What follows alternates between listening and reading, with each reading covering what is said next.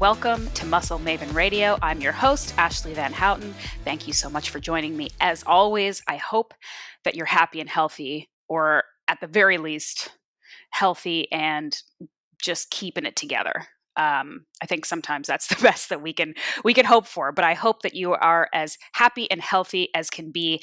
Before I even dive into today's episode, I got to remind you, this is the end of October now. My cookbook, It Takes Guts, is officially out there in the world. It is in stores. It is available online. You can go to your local Barnes & Noble chapters, depending on where you live. You can, of course, always get it quickly and easily online at Amazon and any of those fine websites where you buy books. The link to buy will be in my show notes, but I'm just super excited that it's out there in the world. I would love to see you guys, if you've purchased the book, start making some recipes, tag me in some pictures if anything turned out really good or not. I mean, either way, let me know. And I would love for you, if you did buy the book and enjoy it, to leave me a review online, because that makes a big difference. More people will see it. More people will get access to it. If you give some feedback and show your love, that would mean so much to me. So let me know how it's going. If you got your copy and you're starting to make some recipes, if you're reading some of it and are entertained or learning something new, please let me know. It would mean a lot to me.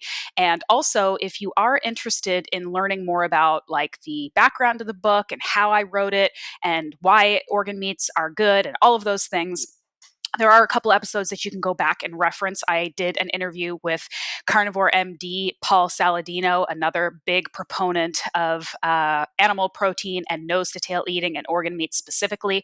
You can go back to that episode and check it out. I also did a Q&A episode with my good friend and recipe developer, Beth Lipton, who also contributed to the book.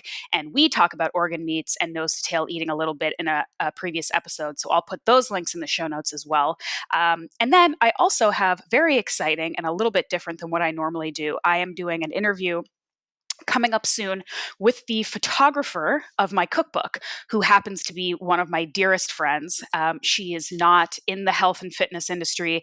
I don't think she listens to this podcast very much, so it's going to be a bit of a different episode. She's not necessarily somebody that you'd reach out to for fitness or health advice, but she is an incredibly accomplished human being who took some amazing pictures for my cookbook, and we had a lot of fun. So we're going to kind of dive into that process, what it's like working with your friend, what it's like doing a cookbook in the middle of a pandemic. Lots of stories. So anyway, I hope you stay tuned for that. But today's episode, let's get back on track. I interviewed integrative dietitian Esther Blum, a good friend of mine, really, really smart, awesome person. She's a holistic nutritionist. She's an author of a number of books. The one that I found her through is Cave Women Don't Get Fat, which is kind of a clever title, just to kind of talk about the idea of honoring your body and your ancestry and your physiology and how you're kind of supposed to eat and move through the world as dictated by our physical bodies.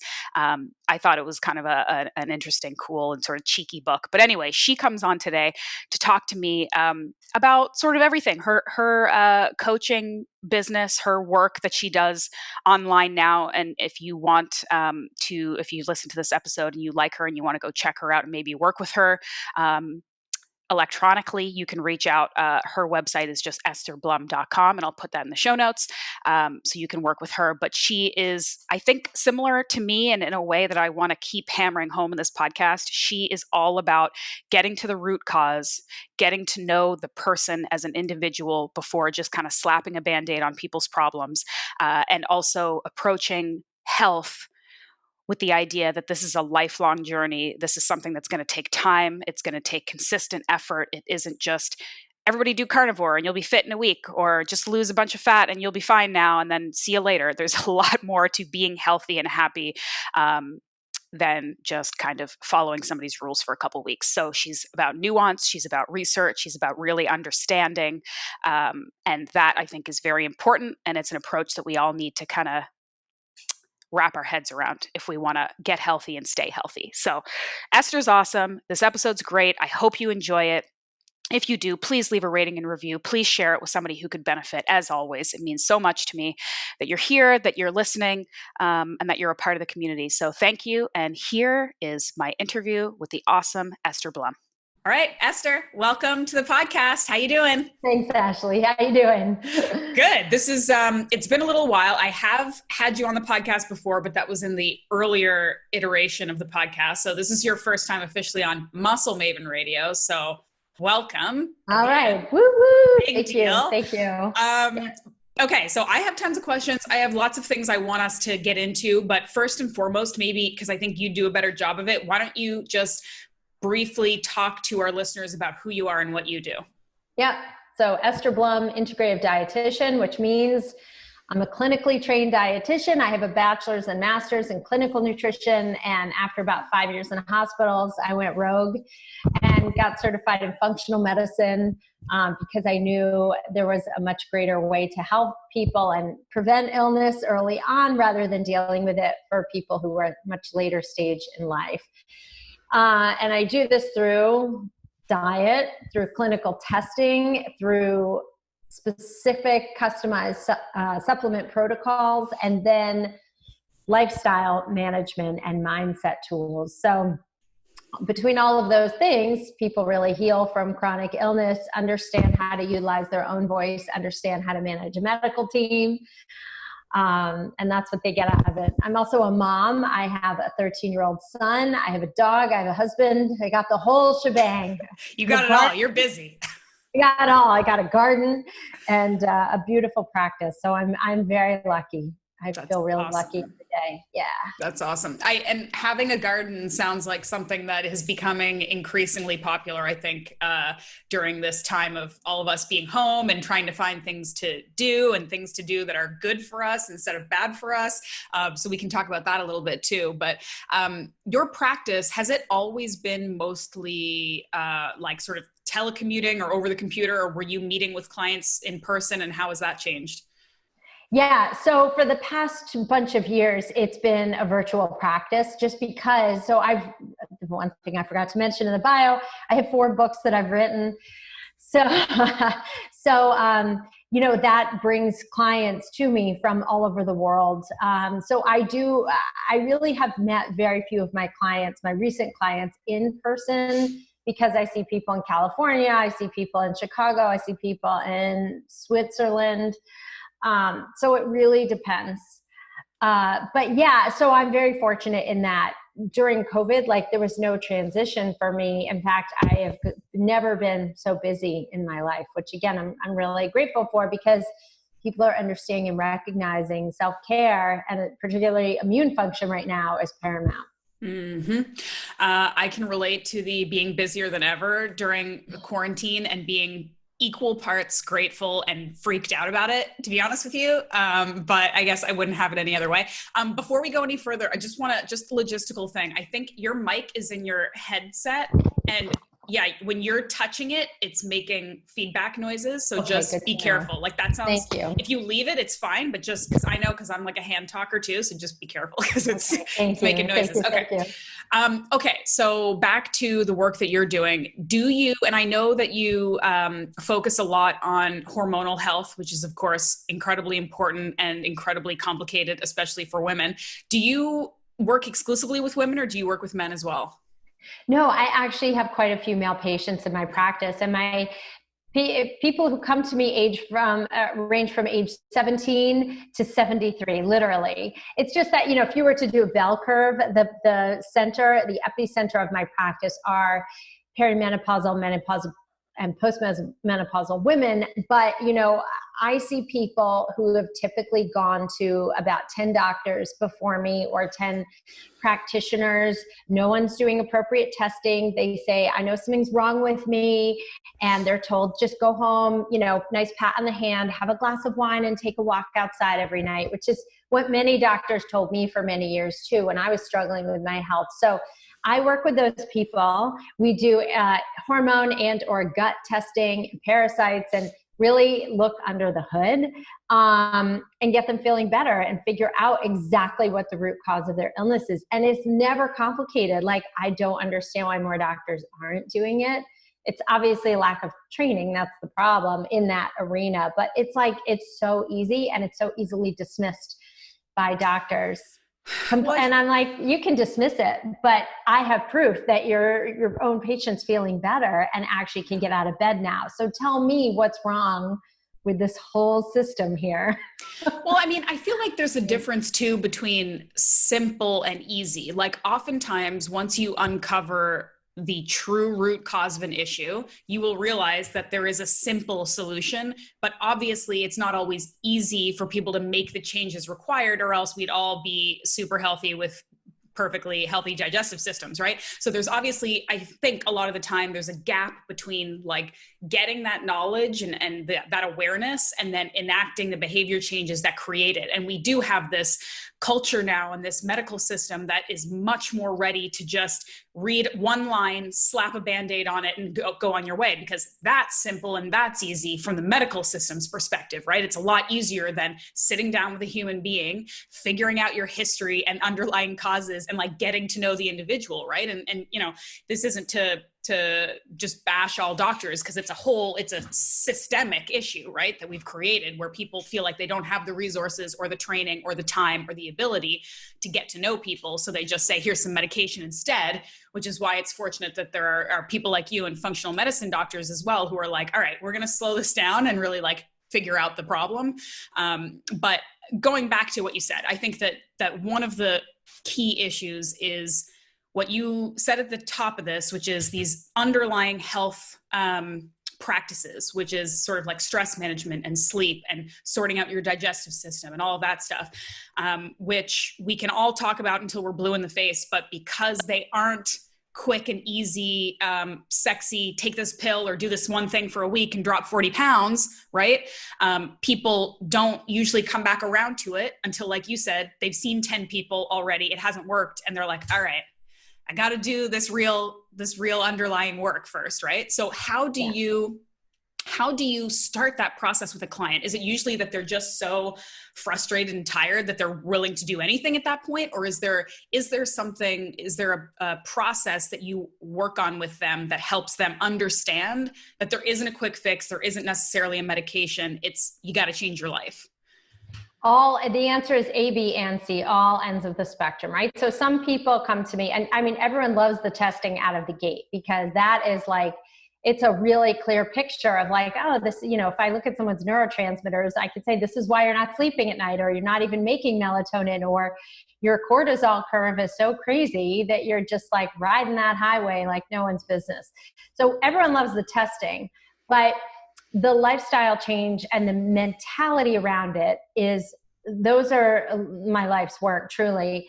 And I'll speak to each of those in a separate example. So example A is a client of mine, let's call her Lisa, not her true name, but you know, she came to me, she gave herself type 2 diabetes. She's a French trained chef, and like was working her butt off during COVID, doing this 100-day challenge where she had put up new gorgeous cooking videos every single day. I don't know if, I mean, you know, Ashleigh, like just doing your book alone and the photographs for that, and then writing all the content. So imagine doing that, like, but actually preparing incredible full meals that a French trained chef would make, right?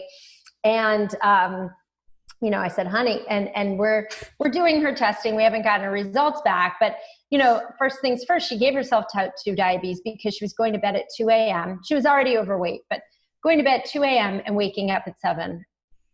Hello, in her 40s. That's great when you're in college, maybe for like a week or two. But, and I said to her, dude, you actually have to just sleep earlier. It doesn't have to be perfect. It doesn't have to be exactly at 10:30 every night, but like the work and she was starting to work at 10 or 11 at night when her kids went to sleep, because she was also homeschooling them.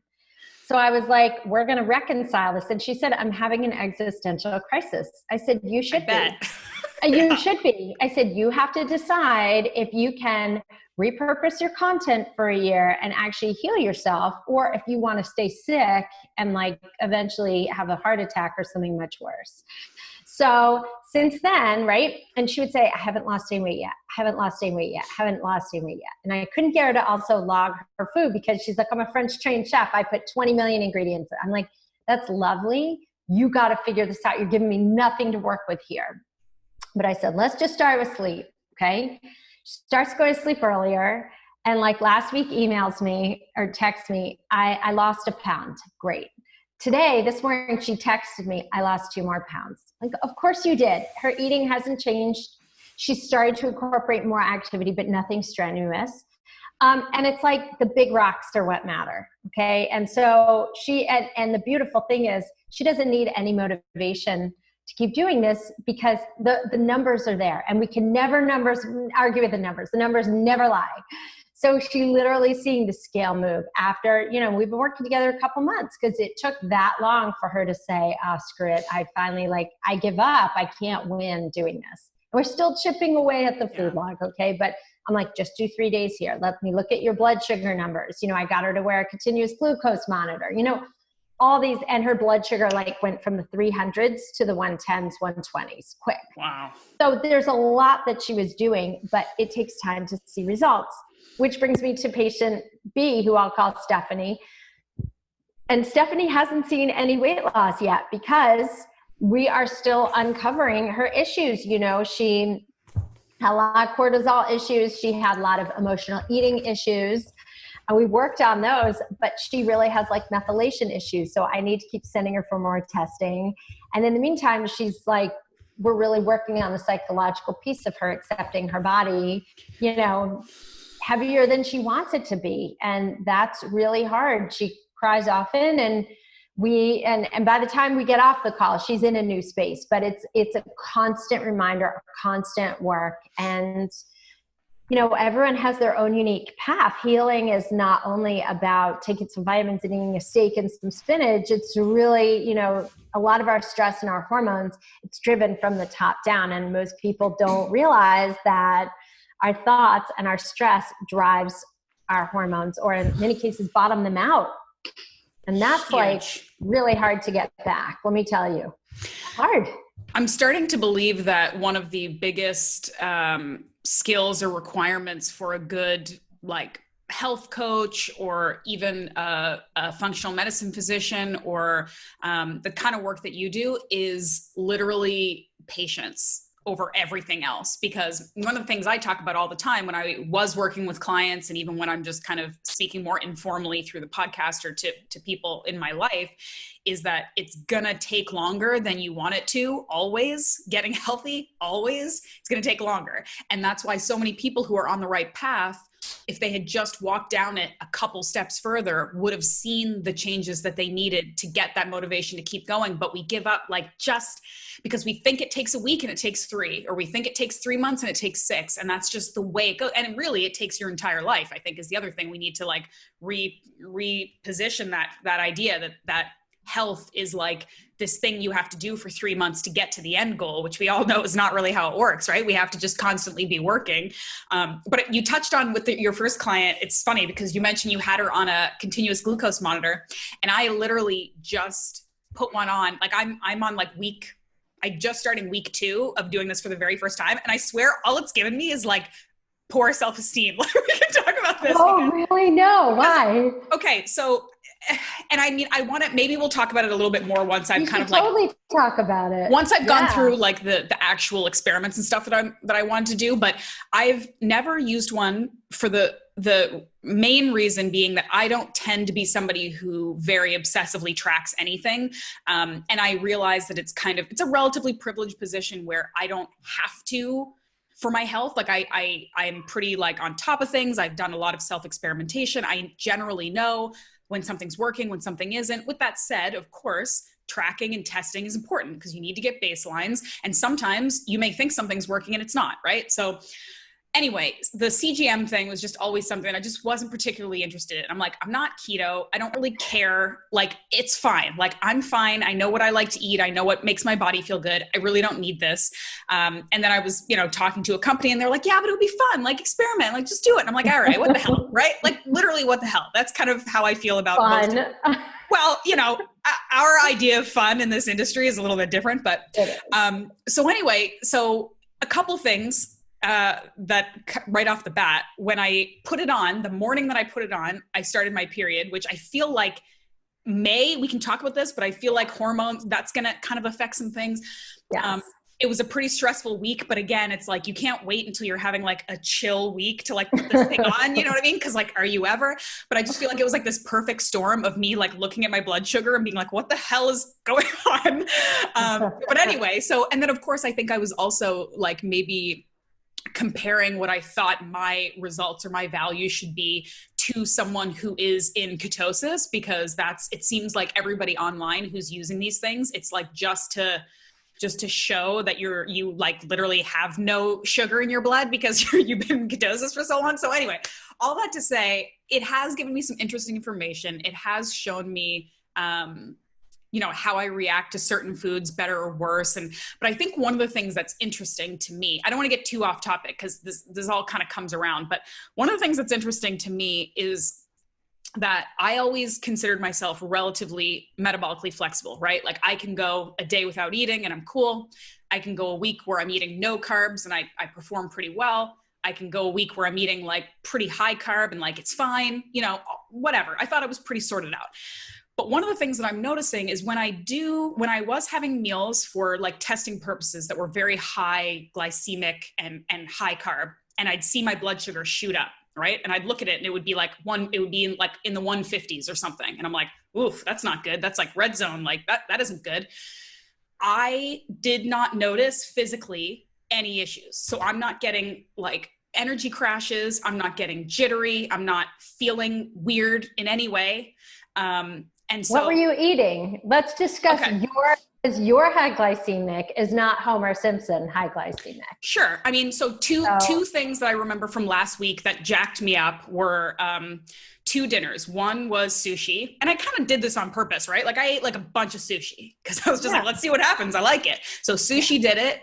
And then I had another meal that was, I think it was like protein, like ground beef, maybe like some regular sort of protein. And then I had plantain chips on the side. And I love plantain chips. Oh, that one jacked me right up, right?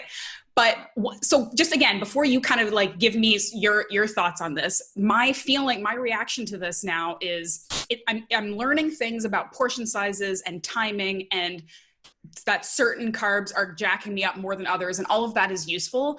But also it kind of was like, this is making me have more anxiety or negative feelings around food than maybe I need to, because if I don't notice a difference, if I don't notice like a slump in my energy or feeling weird or feeling bad about this, did I need to know that it did that to me? I don't know. Like, I don't know what the answer is, but it was kind of just like, what am I doing with this information? Like, am I just going to never eat plantain chips again because I'm freaked out that my blood sugar is going to be weird, even if it didn't have any kind of notable difference in how I feel? I don't know. So yeah, talk me down.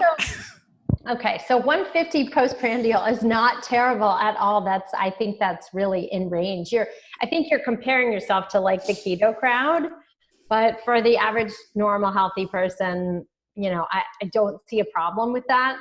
But the other thing is look at your body composition and look at your body fat and look at where you are in your cycle. You are a lean individual. The second half of your cycle, you are far more insulin resistant and less sensitive to high glycemic carbs. You don't metabolize them the same way. Okay. So in the second half of your cycle, okay, in the luteal phase. So you want to make sure that, you do this in the first half of your cycle. If you really want to know when you're the most insulin sensitive, and you can compare and contrast. But I agree with you. Like, I think it's great for, just curiosity, but if you're not doing bodybuilding prep, you don't have weight to lose, like you're lean on any given day, I really wouldn't sweat it right now. I think, Yeah, it detracts from just a normal relationship with food.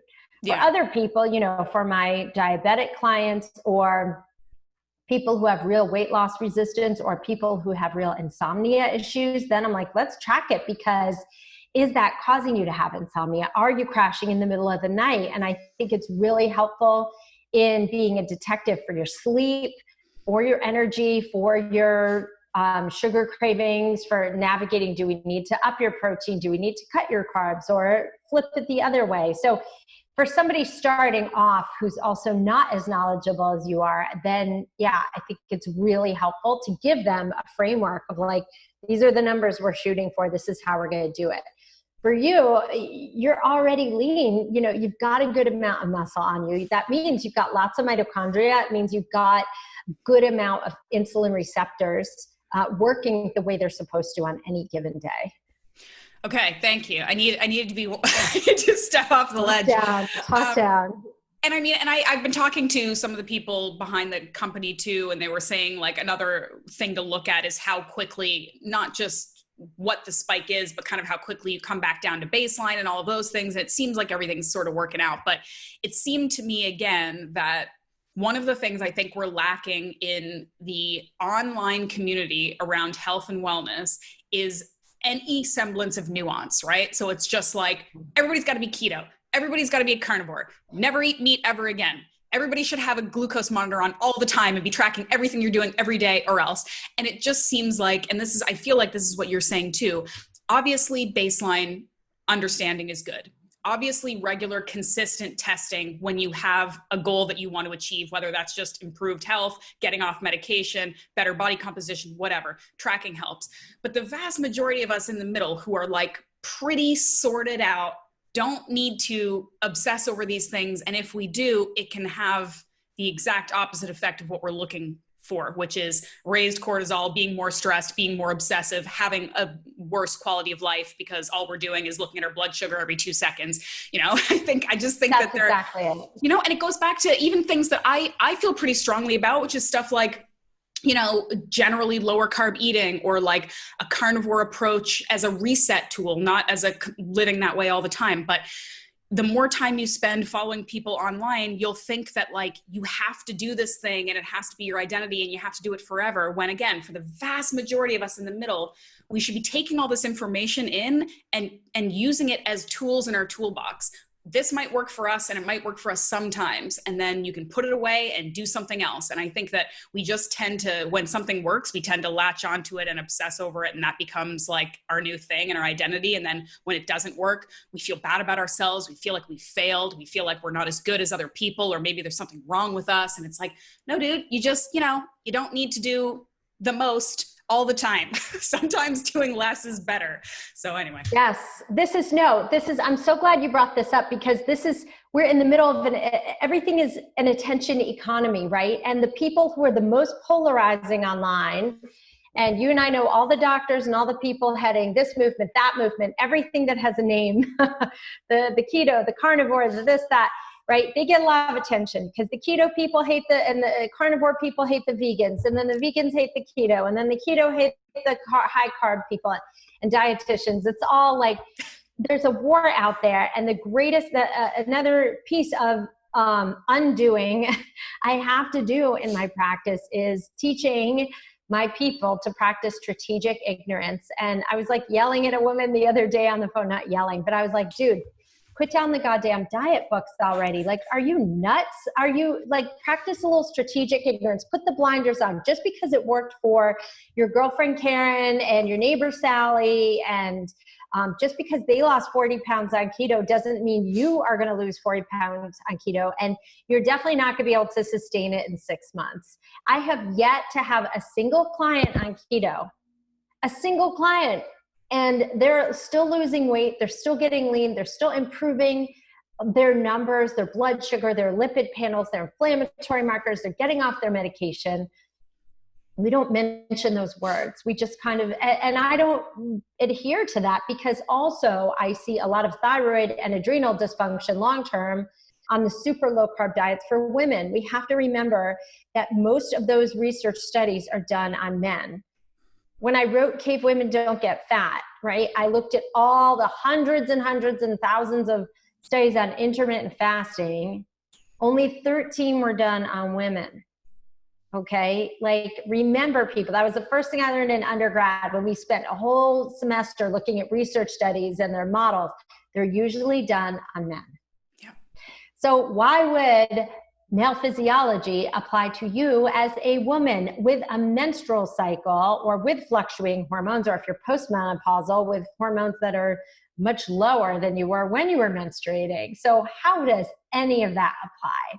So you really have to come at it with a really strong sense of self and intuition, and be like, I'm going to just stop with everything and just ask my body, like, what do I really feel like eating right now? Not even what does my blood sugar monitor tell me or this. And obviously that's very helpful. I don't want to throw it out, but in context, time and place, sometimes it's helpful.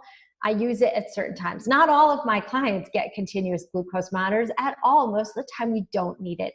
We are complicating things as people. Eating is very simple. If you've ever been to Europe, you know, you can drink the wine, you can eat the croissants, you can have the macaroons. Mm-hmm.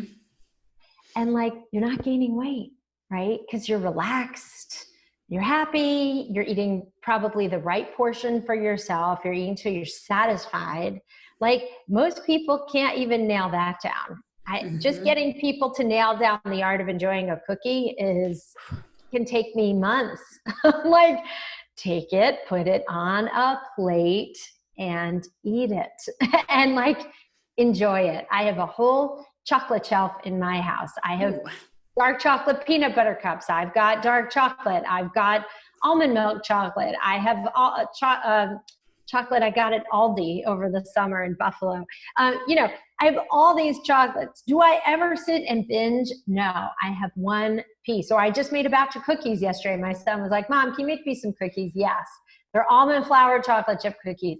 I have one because it's enough. It's so satisfying. And when you experience pleasure, it's the antidote to shame. Like, shame is really sticky, hangs around for a long time. But like, if you're actually enjoying your food, great. That's all you need to stop eating when you're full. And I know it sounds stupidly simple, but that's because it is. Like, if you just actually put your food on a plate and you don't eat in front of a phone. I've started leaving my phone upstairs when I go down for meals downstairs. Mm-hmm. When there's no distraction, when you're present in your eating, when you're watching your food disappear off your plate and you're chewing it in your mouth and you're swallowing and feeling fullness or satisfaction, you're never going to overeat. You're going to lose weight pretty effortlessly if you're dialed in. It's not hard. I mean, the key word I think that you said earlier is context, and that's what we're missing so much when we are following people online or trying to gather information online. There's so much context that's missing. And that's why I think it is important for people who are struggling, who have tried a million things on their own and haven't had any luck, to work with a coach, to work with a dietitian, to work with a doctor, because that's where the context comes in. And I love I wrote this down, strategic ignorance. Love that. Because I feel like, again, we're in this place where we're like paralyzed by too much information, or we just shut down completely and refuse to take anything new in because we're like, this is all lies, it's all garbage, right? Like, it's a very polarizing time right now. But I wanted to kind of pivot a little bit because you were talking about the keto approach and how you don't really use that with your clients, or haven't really found that to be particularly useful, at least in your practice. And I know you did a post relatively recently about the importance of carbs. And that's, again, something that is not really talked about, not super popular in the more recent health cycle. So I'd love for you to talk a little bit about that and why you believe carbs are important, and kind of provide some context for us. Yeah. So carbs, so all falls under context, right? You have to light the right metabolic fire at the right times. So everyone's carb tolerance is different. This is why, again, like, I'm going to reference Cave Women Don't Get Fat again, because the whole plan of the book is to teach people their unique carb tolerance. Some people need more, some people need less, some people need more on their workout days and less on their non-workout days. But what are the clinical applications for carbs?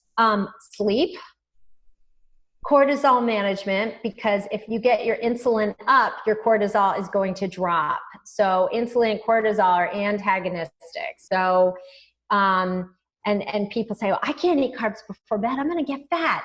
Well, if you're not sleeping, your cortisol is going to be super off anyway, and so is your blood sugar management. So I'd rather have you get a little bit of insulin at night, get your blood sugar up, get your serotonin and dopamine up, you feel sleepy, relaxed, you go to bed, and you can actually stay asleep.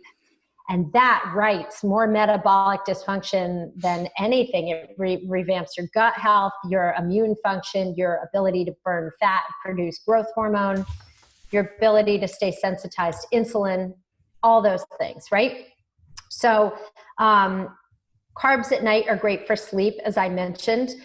Carbs post-workout are great for controlling cortisol. So one thing I have noticed rampant amongst my clients and friends is everyone's getting a Peloton now. Everyone.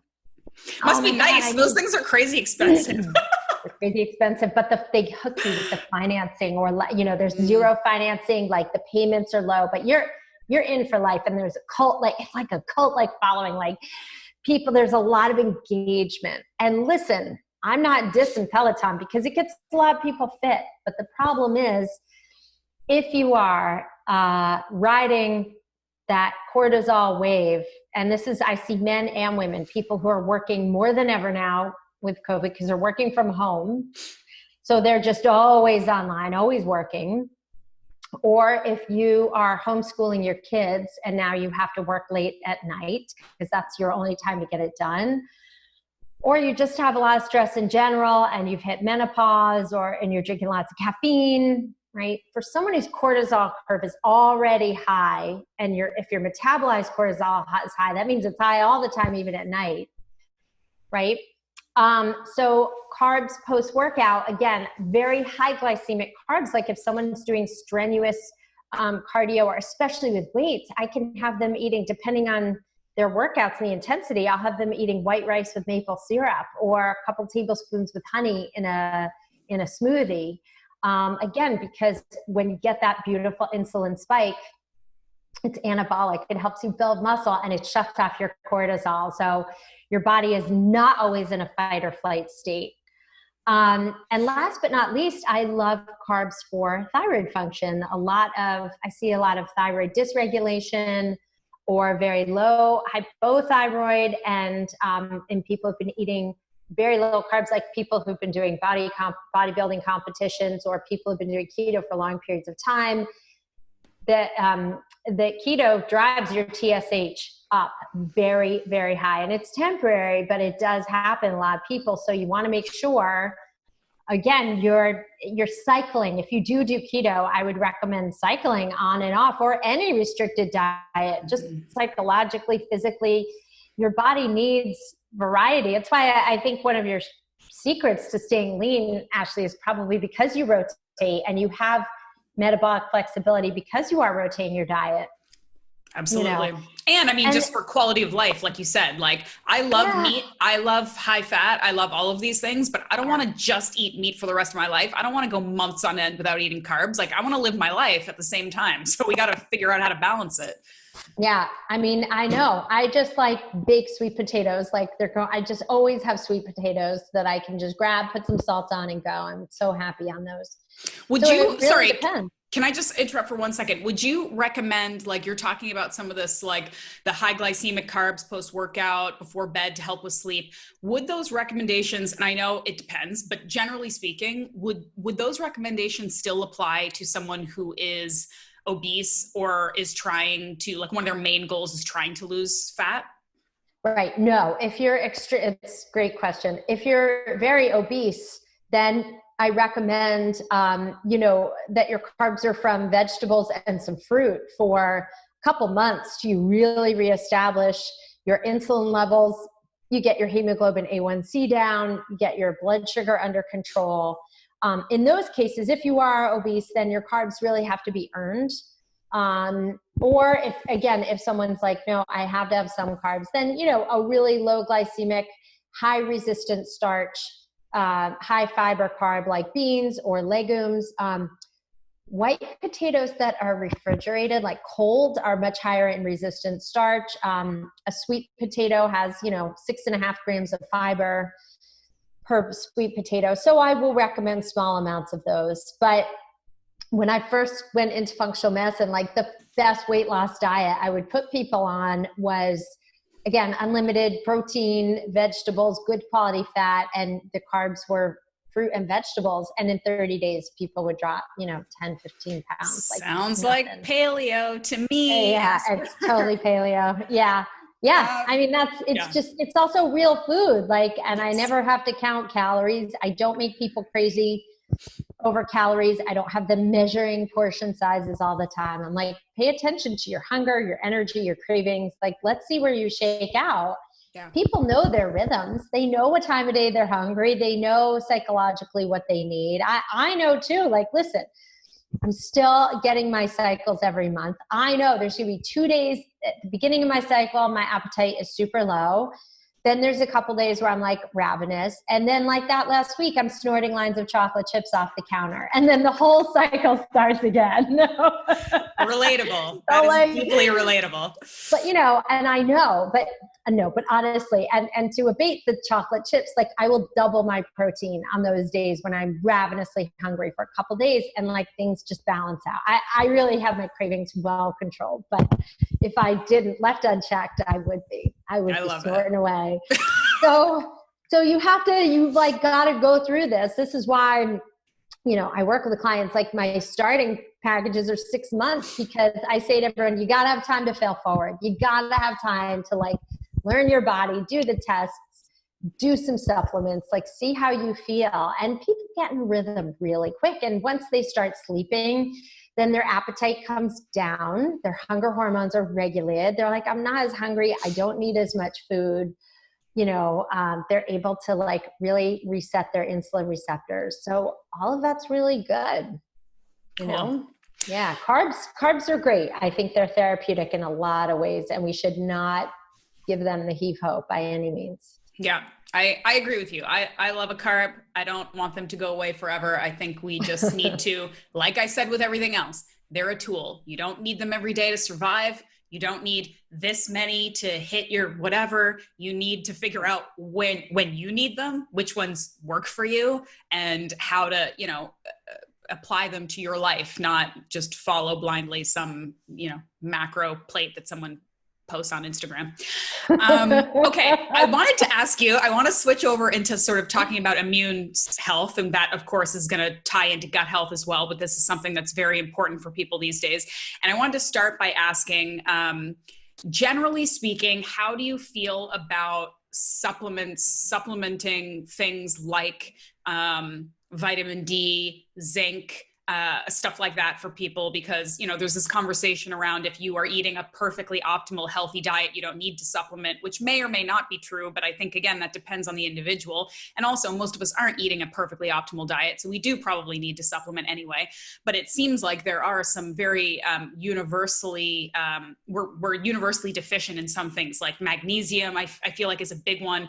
Vitamin D is a big one. And with all these conversations around vitamin D supplementation and zinc for immunity against things like COVID, I mean, is this something that you are dealing with your clients, or is that sort of a way down the road conversation?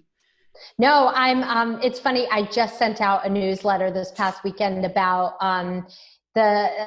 with research studies on vitamin D and COVID. So there's a great research site called PubMed. It's PUBMED, PubMed.com. Just put in the search engine vitamin D COVID or vitamin D flu.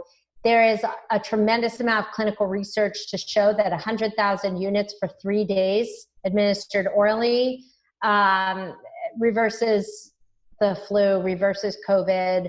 Vitamin D is one of the most important nutrients that we have in the weapon against the flu or against COVID.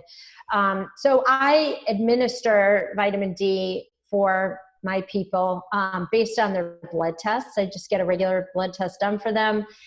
And then I see how deficient they are. Most people starting out are deficient because most of us are wearing sunglasses, which if you're wearing sunglasses, you're blocking your body's conversion of sunlight to vitamin D in your body, or we're wearing sunscreen, or a combination of both. Or we live in places where there's hardly any sun ever. Yes. So there's that problem too. Yeah. Exactly. Which is why, I mean, wild Alaskan salmon, like you look at people who live in Alaska who are deprived of sunlight, wild Alaskan salmon has 600 units of international units of vitamin D in a 6-ounce serving. Like that is nature saying, get your vitamin D, and here's how. So yes, supplementation is key because 600 international units is a good amount of vitamin D, but the body, when you're deficient, you need 10,000 units every day for 3 months to get your levels up. And people say, oh, isn't that so much? I'm like, that's like 10 minutes in the sun without sunscreen. It's really not. And your liver destroys what you don't need. Otherwise, people would be vitamin D toxic who lived in the Caribbean and were in the sun all day. So is that different though if you're supplementing with like a vitamin D pill supplement? Like, can you chronically overdo it, or is your body going to sort it out? No, I mean, if you mega dosed, like the funniest story to me is Gary Null poisoned himself with vitamin D in a product that he was taking. It was like 200,000 units of vitamin D for, months at a time. Then he got toxic, but it is fat soluble, so it can be stored, but it's very hard to get toxicity. Even babies, kids, my son, when he was a toddler, and even now I give him 2,000 units every other day. I mean, now he's a teenager, I could probably give him 2,000 units every day in the winter. In the summer, I just let him run around without sunscreen, and he gets really dark. So I know he's getting his vitamin D there. But so vitamin D is a must. Zinc and magnesium are totally deficient in our soils. I cannot recommend them enough. At least 30 milligrams a day for an adult. For kids, 10 to 15. And vitamin C, again, I'm just thinking of the cocktail I have at home for my own family. So we have like a liposomal vitamin D that has also K1 and K2. Very, very good for bone density. Magnesium, also great for bone density. And zinc. So zinc kills, it helps improve white blood cell production, and it kills off viruses. So zinc is really important. I also like silver. Silver is so gentle. You can take it 6 teaspoons a day when you're sick. You can give it to little kids. I'd give them one, half a teaspoon a couple times a day. But zinc is very gentle at killing viruses, but very, very effective as well. What does silver do? Silver, it's a trace mineral, but it is antiviral. So interesting because like I was just reading an article earlier today about, toxic load and how we should all be paying attention to the products that we're using, the products we're putting on our skin, all of these things, because every single thing on the planet is toxic depending on the dose, right? And so you can easily be like, I can't, I need to become a bubble person or else I'm going to die. But if you look at the other way where it's like you have decisions you can make every day that can help reduce that toxic load. And so that's a positive, empowering thing. But one of the conversations within that is this concept of heavy metals, and like there can be heavy metal in our water, and if we're cooking things in aluminum foil and all of these things. So how do we know, like you're talking about like trace minerals and metals like silver being good, and then we're like, okay, but what if there's aluminum in our like deodorant, and like, so how do we know what's good? What should we be taking? What should we be avoiding? You can work with a practitioner and get a test done, get an analysis done to see if you're toxic. I mean, usually the big ones are mercury, cadmium, lead, sometimes arsenic, sometimes aluminum. Mercury is the most prevalent and abundant, and it lives in our gut and is very disruptive to the thyroid. And it's found in seafood, right? Tuna and the big fishes, farmed salmon. The larger the fishes, the higher the mercury content. So you can find low mercury tuna where the tuna are much younger when they're caught. Sardines, mackerel, herring. There's Vital Choice makes amazing wild Alaskan salmon. I believe they ship to Canada too. Mm-hmm. So, but yeah, mercury is prevalent. I mean, people have fillings in their mouth. It's in the air we're breathing. It's very, very prevalent. So if you think you have mercury toxicity, or even if you just want to know, you can absolutely get tested. Okay. But silver is not something you take every day. You take silver when you're fighting something, when you need an immune response. I don't know if I mentioned vitamin C also. Yep. That's really critical for immune function. Where would you get silver? I've never seen it. Oh, you can get it on, I ship it to people on Fullscript. You can get it on Amazon. There's a brand, again, I have no loyalty to this brand. I just like it, take it myself. It's called Sovereign Silver. I like it because it comes in a big ass bottle. It's like a 32-ounce bottle. So I buy a bottle and it lasts me a really long time. But the second I feel a cold coming on or that little scratch in my throat, I'm like, whoop, I'll gargle with it, hold it in my mouth for 30 seconds and swallow. It doesn't taste like anything. And I give it to my son when he has a cold, and I swear his cold's gone the next day. Now, to that end, let's talk about the food piece. Obviously, hello, bone broth. Ashleigh, hello. I'm on board with it. On board. Yeah. Eating bone broth is, again, one of our secret weapons. Like all winter long, I just have like frozen mason jars of bone broth or chicken broth. Chicken broth I make with chicken feet, and bone broth I'll make with knuckles or neck. We call it like our meat jello, because it's the gelatin, the collagen's amazing. And if I drink like 32 ounces of that over the course of the day, like my cold's usually much, much, much better the next day. It just totally turns things around. Yeah, you could get some great bone broth recipes in this bad boy over here. Okay. No big deal, product placement. Another. The name of your book is, read it so everyone can know. Hello. It takes guts, because it does sometimes, to try new things, but it's worth it. But another one that I wanted to talk about or ask you about, that is, I believe it's like a antioxidant or whatever, but it's glutathione, like liposomal glutathione. And the reason why I'm like extra interested in this one is because I had so it's like a liquid that you have to just take like a teaspoon of or whatever. And it tastes so bad. Like I would almost rather be sick than take this, but I recognize that it has helped a lot of people. But like, I'm somebody who, again, reference the book, like I don't bat an eyelash at eating like liver and brains and stuff. And this glutathione, like I want to die when I eat it. It smells like a chemical you'd put in your hair to straighten your hair. It's so bad. Have you ever had this glutathione? I use it as a topical patch. Okay, and that might be your best friend. It's called, there's a company, again, I just order from, it's called Patch MD. Okay. And they just have a topical glutathione. It's got a ton of CoQ10. It's amazing. Yes. You know what else has a lot of CoQ10? Hearts. Yeah. You knew it. Of course. Hello. Okay. I love that. Okay. Yeah. All right. So we're starting to kind of come near the end here, and we can talk about if there's anything else that you think is going to be valuable to our listeners. But I think maybe just a cue, like a starting off point is there anything that the information you're putting out on social media and your newsletters and the clients that you're working with, is there anything specific or new or interesting that people are struggling with now in this very strange time in history that we're living in?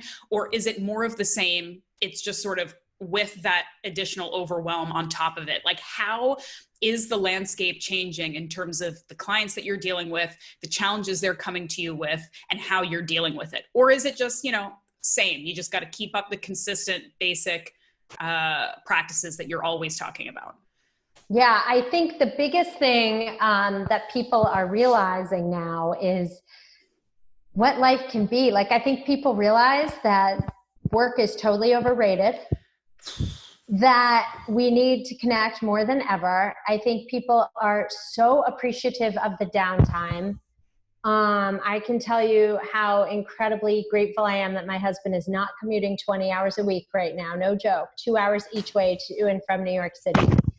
And we're all like, oh my God, this is the best thing that ever happened to us. Now it's been challenging in many ways, but in a lot of ways, I think people are really clear on what's important and what's necessary. And I do see, I mean, you see a lot of articles that are pretty heavy on like the intense amount of drinking that a lot of moms are doing. And I say moms because the reality is, even if moms are working, a lot of the schooling falls on a lot of moms. I'm fortunate that is not the case in my house, but it does happen. So I do see an increase in alcohol and weight gain in a lot of people in a shorter amount of time, like the stress. But again, in other people, and many people, like they're getting in the best shape of their life. They've lost weight.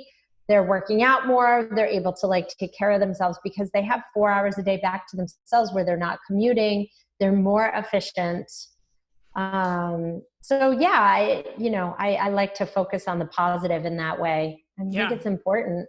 Yeah. I mean, I would echo that for sure. Like I said earlier in our chat that, I've been very busy during this time, but I think that there was, for a lot of my very ambitious, hardworking friends, there was sort of this like collective letting go of like guilt around not being busy all the time, or being okay with having just time where you don't have anything to do. And there was certainly like a period of discomfort around that, where there would be days where maybe we weren't going to an office anymore, or we didn't know how to structure our days. I mean, I've always for a long time worked from home, so that part wasn't as difficult for me, but having these periods where you're just okay with not being hyper connected on your screens, or not doing that commute, and not having to put on a outfit to go to work. Like I have sweatpants on right now. Like this is a cute top, but I'm wearing sweatpants on the bottom. Okay? I'm just telling you.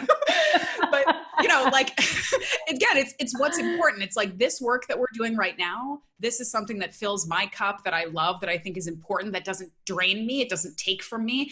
And I'm okay with having an hour break after this where I'm sitting around maybe reading a book in my sweatpants, because that's helping me balance and be healthy and happy. And I think that, what you said, I think a lot of people are finding it. Some people, it was more of a struggle. Some people, they kind of held on to this notion of like, let's get back to what it was before. But I think a lot of people are figuring out what the new normal is for them, and incorporating the things that matter, and being able to get rid of the things that just don't. And if that's something that comes out of this scary time for most people, I think that'll be net positive, I hope. Yeah. And a lot of people too are kind of realizing like home is where the Wi-Fi is. I know many people that have just relocated, or are, one of our former colleagues, like he's in the Caribbean with his family until further notice, and he just works from there. And other people I know, teachers I know, are teaching, in different states, because they're just like, well, I'm going to go stay with family for a while. And they're just rebuilding their pods and rethinking what work can be. And that's like incredible. I mean, that's like innovation at its best. Absolutely. Is there anything that you are working on that's new, or anything you want to tell people about? Or secondarily to that, how can people kind of get in touch with you if they want to work with you? Yeah. So I just loaded up my newest lead magnet up on my website. You go to estherblum.com/cravings. And it's a 3-part video series on how to crush your cravings. I built it at the beginning of COVID. And at the end of it, you will get a free ebook as well. And the opportunity to book a call with me for 30 minutes. This is complimentary. It's a call where you and I hop on. We talk about what's going on with you, what your goals are, and you leave the call with 3 customized strategies that help you reach the goal. So my website is estherblum.com. That's ESTHERBLUM. And I'm most active on Instagram. So what do I have going on? I've used this time, just a little, opening up the kimono so you could see the workings of my business. I really used this time. And I sat down with my business coach and my VA, and we were like, how are we going to plan out the next few months with content? So my goal is to get really consistent with my content, and each month have a new theme. We're going to tackle hormones, menopause. We're going to tackle gut. We're going to tackle, sleep. We're going to tackle thyroid. We're going to tackle so many things and really unpack them and generate a lot of content. And I've been doing videos. So it's, I'm really trying to build that piece up, where I'm putting more content out more consistently. That's my biggest challenge in all of this, because I just want to hang out with my family when I'm not seeing clients. I'm like, oh, can we just be in our jammies and hang or go for walks and hikes, Okay. I love that. We can talk offline about that, because that's my next goal too, is like, how do I like make this more of a strategy instead of just like, it's another day, so I guess I better post some stuff so no one forgets about me. Like, there's a way to be more strategic. It's so funny because I feel like you're so good at that and you're so consistent and on point. I'm like fly by the seat of my pants. It's not planned right now. I appreciate that, but I think it's one of those things where everyone hits like levels in their career where they want to start spending more time on, like, I don't know, higher hanging fruit rather than the lower hanging fruit. And I'm coming just to a point where I never want like someone to manage my social media for me. I always want to be the real person, but I also want it to be a little bit more strategic so that I'm using my time more wisely, I think, because I'm getting to a point where that can start to be a bit more of a drain than it needs to be. So, but yeah, we can chat about that offline. You can give me some words of wisdom. Esther, thank you so much for taking the time. I always love chatting with you. You're just so positive. You've got so much information and so much valuable free information for people, which is incredible. So thank you for what you do. And please come back on again. Maybe after I do my, I take this thing off, the CGM off, come back on and talk to me a little bit more. We'll do a good mental detox. Yeah, exactly. All right. Have a good day. Thank you so much. Thanks for having me. Thank you. And that's a wrap for today, guys. Thanks for listening. As always, I would love to hear your feedback if you have any for me about the podcast in general, about any guests that you'd like or topics you'd like me to cover. The best way to reach out to me is on Instagram at The Muscle Maven, but you can also send me an email. You can reach me through my website, ashleighvanhouten.com. You can sign up for my newsletter there as well. Stay tuned. This month coming up, November, I've got some great guests. I've got some cool topics. I'm pumped to keep going with the podcast, make it bigger and better. But I'd love your feedback and I'd love your support if you could leave me a rating and review on Apple Podcasts. So that's that. Thanks to our show sponsor, Ancestral Supplements. They just sort me out during my times of stress. When I'm not making my own liver and heart, they provide me with grass-fed, high quality desiccated organ meat supplements. Actually, I'm going to be trying some new products from them. Not new products, they're just new for me. There's an adrenal support product, and then there's also the beef kidney, which I don't know if I've tried, but that's supposed to be a good one for managing histamine issues and when you're having histamine responses to the food that you're eating, which I do sometimes get when I'm super stressed out. So I'm going to be trying these new products to see if they kind of manage some of the suboptimal symptoms that I've been getting during stressful periods. So it'll be interesting to see, because usually when I use these supplements, it's more of just sort of keeping my health at an even keel. It's not necessarily to address specific problems that I have. So this will be a fun experiment. I will keep you posted. But if you are interested in learning more about ancestral supplements, maybe you're not quite ready to eat nose to tail yet, but you're okay with supplementing, which is great. It's a great start. You can go to ancestralsupplements.com and use the code MAVEN10 and you'll get a discount. If you have any questions about the products, just send me a message and I'd be happy to help out if I can. All right, that's a wrap. Have a wonderful week and I will see you back here on Tuesday.